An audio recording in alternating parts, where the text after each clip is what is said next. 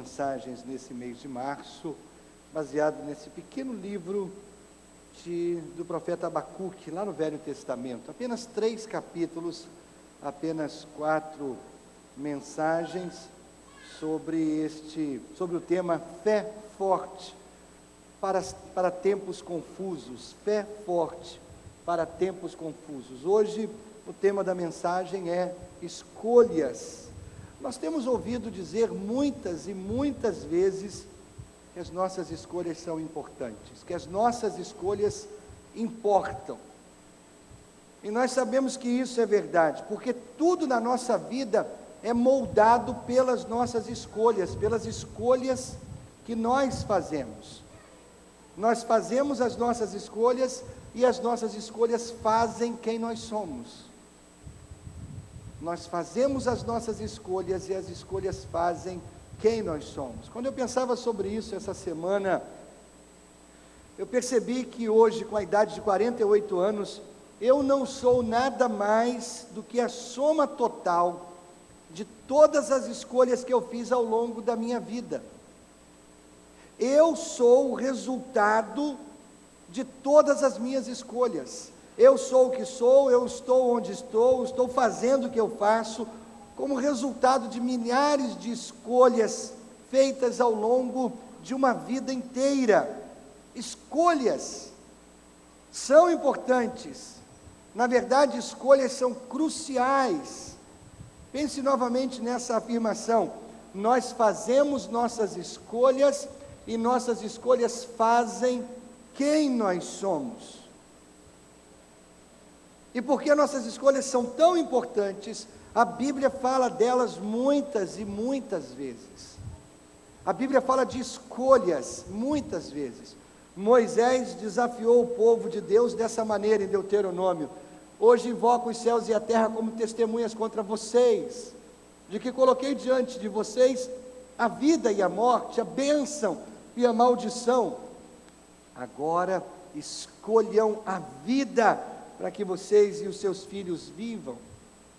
Outro exemplo, Josué, no final da vida, percebendo que a morte já se aproximava, ele lembrou o povo de Deus o que Deus havia feito por eles, e no final ele os exortou o povo de Deus com essas palavras: se porém não lhes agrada servir ao Senhor, escolham hoje a quem irão servir, se aos deuses que os seus antepassados serviram além do Eufrates, ou aos deuses dos amorreus em cuja terra vocês estão vivendo, mas eu e a minha família serviremos ao Senhor. Muitos anos depois, Elias, o profeta, estava no Monte Carmelo e ele se dirigiu ao povo de Israel dessa maneira em 1 Reis. Elias dirigiu-se ao povo e disse: até quando vocês vão oscilar entre duas opiniões? Se o Senhor é Deus, sigam-no, mas se Baal é Deus, sigam-no. Ou seja, Elias estava dizendo: vocês precisam fazer uma escolha, não dá para ficar oscilando de um lado para o outro. O Salmo 1, versículo 6 nos mostra o resultado final das nossas escolhas: pois o Senhor aprova o caminho dos justos, mas o caminho dos ímpios leva à destruição. Ainda, se nós podemos ir às palavras do sábio Salomão, em Provérbios, ele diz assim: há caminho que parece certo ao homem, mas ao final conduz à morte. E finalmente a gente chega às palavras de Jesus a respeito de escolhas, lá em Mateus 7, Jesus diz assim: entrem pela porta estreita, pois larga é a porta, amplo o caminho que leva à destruição, são muitos que entram por ela. Como é estreita a porta e apertado o caminho que leva à vida, são poucos os que o encontram. Irmãos, cada um de nós está numa jornada que leva à vida ou à morte. Jesus chama essa jornada de caminho. Um caminho é largo e fácil, outro caminho é estreito, é difícil. Muitos tomam o caminho fácil, poucos caminham pelo caminho mais difícil. Então Jesus está nos dizendo hoje: tenha certeza de que você está no caminho certo, ou você vai acabar num lugar que você não gostaria de estar. E isso me traz de volta onde eu comecei. nossas escolhas realmente importam. Nós fazemos nossas escolhas, e nossas escolhas fazem quem nós somos. Agora, isso é muito mais importante em tempos difíceis, quando a vida parece se mover contra nós, quando a crise vem. É aí que você descobre rapidamente o que você realmente acredita. Quando a crise vem, quando a tempestade cai, quando os tempos difíceis chegam, é aí que você realmente descobre no que você acredita. E é isso que está acontecendo com Abacuque aí no capítulo 2. Abacuque está realmente descobrindo o que ele acredita. Deus o está colocando cara a cara com uma escolha que ele precisa fazer. O pequeno livro do profeta Abacuque registra uma conversa entre o profeta e Deus. 3 capítulos apenas. Primeiro capítulo, Deus e Abacuque estão conversando um com o outro. Você lembra, nós já vimos o primeiro capítulo. Abacuque está preocupado com o povo de Deus. O povo se desviou, meu Deus. Faz alguma coisa. Será que o Senhor não vai fazer nada? O povo está distante. E Deus diz: calma, Abacuque, eu vou fazer. Abacuque, eu vou pegar os caras maus, e eu vou usar os caras maus para disciplinar o meu povo. Opa, Deus, o que é isso? Abacuque fica perplexo. É como se Deus estivesse dizendo para nós hoje: olha, Brasil, você pisou na bola, então eu vou pegar o comando vermelho, e eu vou usar o comando vermelho para disciplinar o Brasil. É mais ou menos essa proporção, ou essa comparação. Então Abacuque ouve que Deus vai pegar os babilônios, e Deus vai usar os babilônios para disciplinar o povo de Deus. Abacuque está confuso nessa conversa, e aí no capítulo 2 é Deus quem fala com Abacuque. E o capítulo 3 termina com Abacuque falando com Deus. Quando o capítulo 2 começa, Abacuque é um homem à espera de uma resposta. Deus então lhe dá 3 instruções. Primeiro, Deus diz para Abacuque: escreva. O versículo 2: escreva claramente a visão em tabuinhas, para que se leia facilmente. Olha, Abacuque, eu vou te dar uma visão, e eu quero que você escreva. A Bíblia Viva diz assim: escreva a minha resposta em uma prancha, em letras bem grandes, para que qualquer pessoa possa ler a mensagem, num relance, saia correndo para contar aos outros. Deus quer tornar a vontade dele clara. Deus vai dar uma mensagem clara, e o que ele diz a Abacuque não é segredo. A mensagem precisa ser espalhada para outras pessoas, e em vez disso, toda a mensagem é para toda a nação. Abacuque, escreva. Segunda orientação, Abacuque, espere. Versículo 3 diz assim: pois a visão aguarda um tempo designado. Ela fala do fim, e não falhará. Ainda que se demore, espere-a, porque ela certamente virá e não se atrasará. Irmãos, quantas vezes Deus parece tão lento, não é verdade? Quantas vezes a gente acha que Deus não tem relógio? Caramba, Deus está tão lento. A gente acha que Deus tinha que ter respondido ontem, na semana passada, no mês passado, e até hoje a resposta não chegou. Querido, Deus nunca se atrasa, e certamente Deus nunca se atrasa a fim de nos ferir. Deus é on time, Deus é no tempo, Deus não se atrasa. Agora, você já reparou que quando você está orando por algo realmente grande, algo importante, e a resposta parece demorar a chegar, uma eternidade, ela não vem? Puxa vida, aí eu estou realmente preocupado com alguma coisa, parece que eu tenho só que esperar. Como isso é complicado. Aí finalmente eu desisto. 3 dias mais tarde, depois de eu ter passado da fase da incredulidade para o desespero, eu estou dizendo para mim mesmo: onde está Deus? Deus não me ouviu, eu precisava de uma resposta. E aí a resposta vem inesperadamente. Quantas vezes isso já aconteceu comigo? Agora, por que acontece assim, irmãos? Há várias respostas, mas eu trago uma para você nessa noite. Deus não divide a sua glória com ninguém. Você imagina se você orasse, e imediatamente o que você orou viesse a resposta. Aí vem um outro problema, você ora e imediatamente vem a resposta.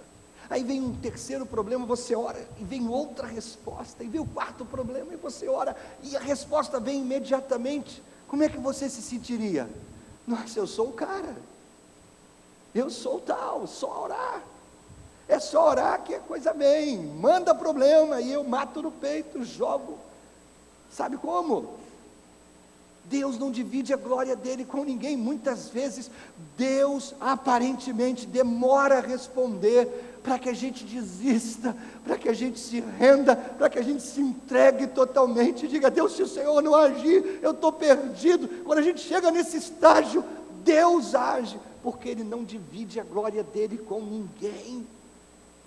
Deus está dizendo para Abacuque: não hoje, Abacuque, não amanhã, mas a resposta está a caminho. Aguente, espere. E Deus está dizendo: tenha certeza que a resposta virá. Que resposta? A ideia é o seguinte: Judá, o povo de Deus,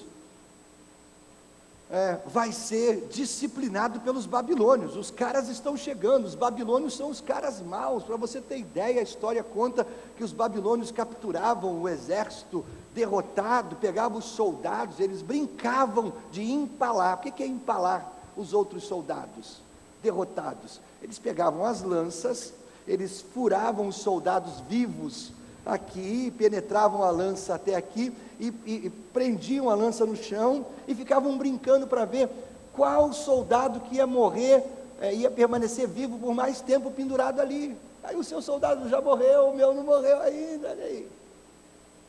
Os caras eram maus mesmo, e Deus diz: eu vou usar esses caras para julgar o meu povo. E Abacuque fica: como é que pode, os caras maus? E Deus disse: mas calma, haverá um tempo de julgamento para eles serão julgados, no final serão destruídos. Deus vai equilibrar a balança da justiça, mas Deus não está trabalhando no nosso tempo, Deus tem outro tempo. Deus até parece atrasado, mas Ele sempre está na hora certa. Lembre-se disso da próxima vez que você estiver quase desistindo. Deus não se atrasa. Ele diz: escreva, Ele diz: espere, e Ele diz: lembre-se.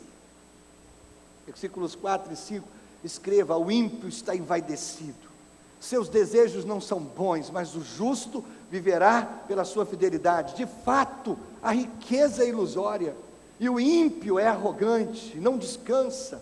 Ele é voraz como a sepultura e como a morte, nunca se satisfaz, apanha para si todas as nações e ajunta para si todos os povos. Deus está falando dos babilônios. Quando ele se refere a ele nesse texto, é a Nabucodonosor, o rei da Babilônia. Historicamente, Babilônia foi um império ganancioso, se espalhava em todas as direções, conquistando cidades, províncias, nações inteiras, em última instância. Nada satisfazia a fome da Babilônia por poder. Havia sempre uma outra nação para conquistar, uma outra cidade para invadir, um outro exército para derrotar. Judá está observando tudo isso, o povo de Deus está observando tudo isso, e os caras maus estão chegando perto dos seus limites, e eles vão invadir a nossa terra. O que o povo de Deus deve fazer? O versículo 4 tem a resposta. Ele nos lembra que o justo viverá pela sua fidelidade, ou de uma maneira mais simples, o justo viverá pela fé. O que você faz quando eles estão matando você? Você lembra: o justo viverá pela fé. O que você faz quando o inimigo destrói a sua casa? Você lembra: o justo viverá pela fé. O que você faz quando seus amados estão sendo aprisionados? Você lembra: o justo viverá pela fé. É isso, querido. A gente não desiste porque a gente vive por algo superior a nós. A gente não desiste, querido, porque existe um motivo maior para viver, e é a nossa fé. Então Deus diz: olha, escreva, espere e lembre-se. E o restante do capítulo 2, Deus descreve como Ele vai derrubar os babilônios.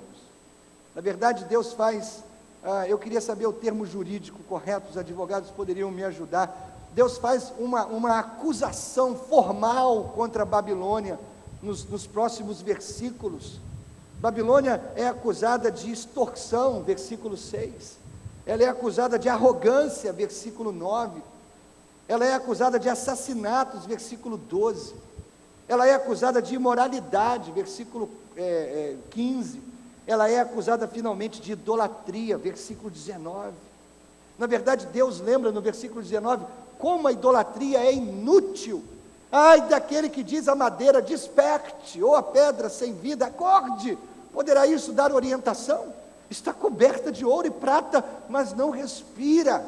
Deus está dizendo que inútil é o homem se dobrar diante de uma estátua, que inútil é o homem cultuar uma estátua, que inútil é falar com uma estátua. Pode até estar coberta de ouro e prata, mas não respira. Então Deus faz uma acusação formal contra os babilônios e traz o seu indiciamento no versículo 20. Mas o Senhor está em seu santo templo, diante dele fique em silêncio toda a terra. Algumas igrejas usam esse versículo aqui como uma chamada para adoração, mas na verdade é uma chamada para um julgamento. A expressão é essa: olha, o Senhor entrou no tribunal, silêncio. Deus olha para as nações em todo o seu clamor frenético, os babilônios estão chegando e Deus diz: fiquem quietas agora, eu estou prestes a julgar a terra. E é uma palavra final da parte do Senhor, como se Ele estivesse dizendo: Abacuque, preste atenção, cara, eu julgarei a Babilônia no meu próprio tempo, da minha própria maneira. A queda da Babilônia é certa, porque eu decretei. Então acalme com as suas queixas, eu já lhe dei resposta às suas orações. Será que você vai confiar em mim? Agora, irmãos, essa é a palavra de Deus. Você viu até aqui a descrição que eu fiz da palavra de Deus. Deus está dizendo: olha, eles estão sendo acusados de extorsão, imoralidade, assassinatos, idolatria. Esses caras vão cair, vai chegar um momento que a Babilônia vai cair. Esse é um lado da moeda, mas existe um outro lado, e o outro lado é estranho, porque o outro lado é o que as pessoas estão vendo. O que as pessoas estavam vendo naquela época? Um império poderoso, fortemente armado, que dominava todas as terras e nações e exércitos que eles queriam, uma nação que estava dominando tudo, arrasando tudo, conquistando tudo, e essa nação esse império vem se aproximando da terra de Judá. Terminou 2-1, Real Madrid e Barcelona, não é? Para o Barça, 2. Babilônia era o Barça da época. Babilônia era o time a ser batido. Em 605 a.C., Babilônia era invencível. Claro, a gente sabe pela história, um século depois o Império Babilônio tinha desaparecido. Mas, irmãos, esperar é difícil, desesperar é fácil. Fácil é perder o equilíbrio, fácil é duvidar do que Deus está falando. Deus, não faz sentido, os caras vão cair, mas os caras estão de pé agora. Eles estão conquistando tudo. Existem dois lados: o lado da palavra de Deus, da promessa de Deus, e existe o lado do que os olhos estão vendo. Existe o lado da realidade, e parece que a palavra de Deus é sonho, e a realidade é outra. Deus diz assim: você vai esperar e confiar em mim? O mundo diz assim: não fique parado, faça alguma coisa. Deus diz: não basta fazer alguma coisa, permaneça firme. O mundo diz: olha, a Babilônia está muito bem agora, a Babilônia está ganhando tudo, a Babilônia parece muito bem, até não estar mais. Sabe, gente, nós ouvimos nos dias de hoje uma expressão que diz mais ou menos assim: estar do lado errado da história. Ninguém quer estar do lado errado da história. Ninguém quer ser visto como um fanático intolerante, religioso. Ninguém quer ser apontado como um ridículo. A igreja continua pregando que os seus jovens precisam se manter virgens até o casamento. É isso que a igreja continua ensinando. É isso que a gente continua enfatizando. Mas vamos lá, galera. Quem é que se levanta na sala de aula e defende esse conceito? Vamos lá, galera. Quem é que se levanta lá na universidade e diz assim: olha, é isso que eu acredito, é assim que eu vou praticar, é dessa maneira que eu vou chegar ao casamento? Quem é que tem coragem? Você percebe? Ninguém quer estar do lado errado da história. Ninguém quer ser apontado como ridículo, fanático, intolerante. Mas eu quero lembrar você que a história aqui é a história de Deus. Quando a gente fala de história, história simplesmente é consequência do plano de Deus para a raça humana. É Deus quem escreve a história. Querido, o lado certo da história é sempre o lado de Deus. O lado certo da história nunca é determinado pela mais recente pesquisa de opinião do Ibope, ou pela mais recente decreto do Supremo Tribunal Federal de um país. Não! Aqueles que se alinham com as forças culturais dos dias de hoje vão se encontrar fora de sintonia com Deus amanhã. A gente continua defendendo que o aborto é crime. A gente continua defendendo que casamento é entre homem e mulher. Esse é o ponto de Abacuque 2. Você pode ficar do lado da Babilônia e vencer a curto prazo, ou você pode escolher ficar do lado de Deus e vencer pela eternidade. De que lado você está? Na equipe de Jesus ou no time da Babilônia? Agora, queridos, o time da Babilônia parece que está ganhando o grande jogo. Nos nossos dias, eles controlam a mídia, eles controlam a indústria do entretenimento, eles controlam as principais universidades, eles controlam os corredores do poder. O time da Babilônia reina sobre a nossa cultura contemporânea. Veja só, o time da Babilônia tem um enorme orçamento para recrutar o jogador que eles quiserem.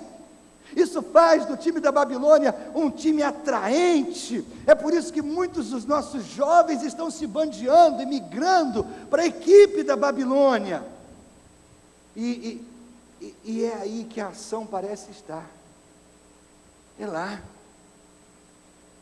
Muitos cristãos são atraídos pelas luzes, pelos sons, pelo ritmo, pela camisa, pelo escudo da Babilônia.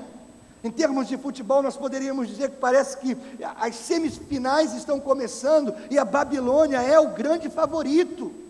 Talvez sim, mas queridos, o jogo só termina quando o juiz apita. É aí que o jogo termina. O único resultado que importa é o resultado final. E essa pontuação já foi pré-determinada por Deus. Se você acha que esse mundo vai durar para sempre, então você deve se juntar ao time da Babilônia, mas prepare-se para estar sentado na primeira fila, quando tudo começar a desmoronar. Agora, se você acha que a palavra de Deus é a verdade, então junte-se à equipe de Jesus, e daqui a 10.000 anos, você ainda vai estar feliz por ter feito essa escolha. Hora de fazer a escolha. Time de Jesus ou time da Babilônia? De que lado você está? Quanto a mim, eu já fiz a minha escolha. Eu escolhi servir ao Senhor. Eu escolhi servir ao Senhor. Aparentemente, Babilônia vai ganhar de goleada, mas acredite, o jogo só termina quando o juiz apita. E o juiz ainda não apitou. Hora de fazer escolha. E não se engane, até quando você não faz uma escolha, você está fazendo uma escolha. Até quando você não faz uma escolha, você está fazendo uma escolha. De que lado você está? Os caras maus estão chegando. Você pode levantar a bandeira branca e dizer: eu estou com vocês. Ou você pode resistir e dizer: eu morro, mas não abro mão dos meus valores.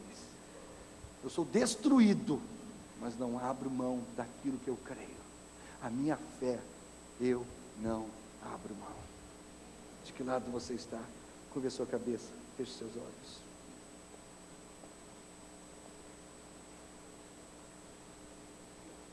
Deus trouxe você e eu aqui nessa noite.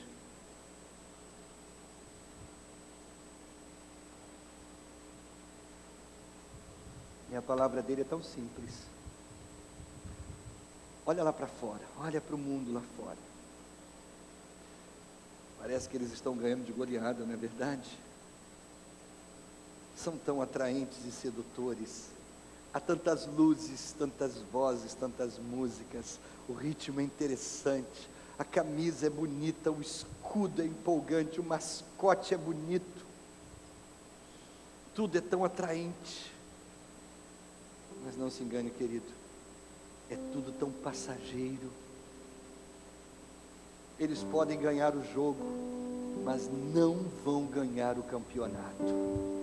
Não vão ganhar o campeonato. Estão ganhando algumas partidas, estão alguns pontos na frente, mas acredite, o time de Jesus é vencedor, mais que vencedor. Sabe por quê? Porque eu, mais Jesus, serei sempre maioria. O time dele é imbatível, imbatível. Hora de fazer escolha, igreja. Hora de fazer escolha. Se você já escolheu o time de Jesus, essa noite você vai reafirmar a sua escolha. Eu fiz a minha escolha, eu servirei ao Senhor. Se você já escolheu, você vai reafirmar isso. Se você ainda não escolheu servir ao Senhor, meu querido, hoje é noite de escolha. Não deixa para depois, porque não escolher também é fazer uma escolha. De lado você escolhe? A palavra de Deus, a promessa de Deus, que vai se cumprir no futuro, não agora, não amanhã. Ou você escolhe o time da moda, o time do momento? Hora de fazer escolha.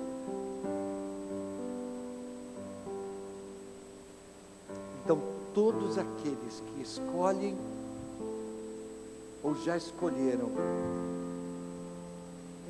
o lado do Senhor, por favor, fique de pé no seu lugar. É um gesto de fé. Todos aqueles que já escolheram ou estão escolhendo aqui e agora, cabeça curvada, os olhos fechados, não olhe para o lado, não se importe com quem ficou sentado. Eu não quero constranger ninguém, por favor.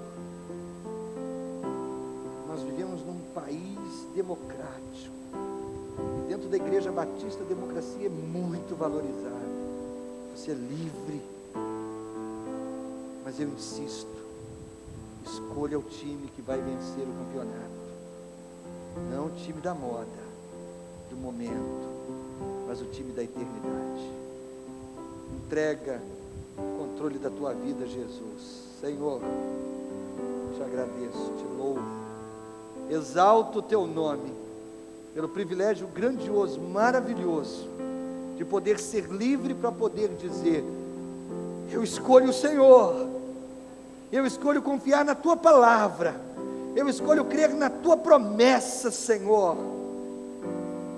E ainda que aparentemente tudo milite contra mim, tudo venha contra mim, eu não abro mão dos meus valores como cristão e servo e filho de Deus. Não abro mão, Senhor, não abro mão.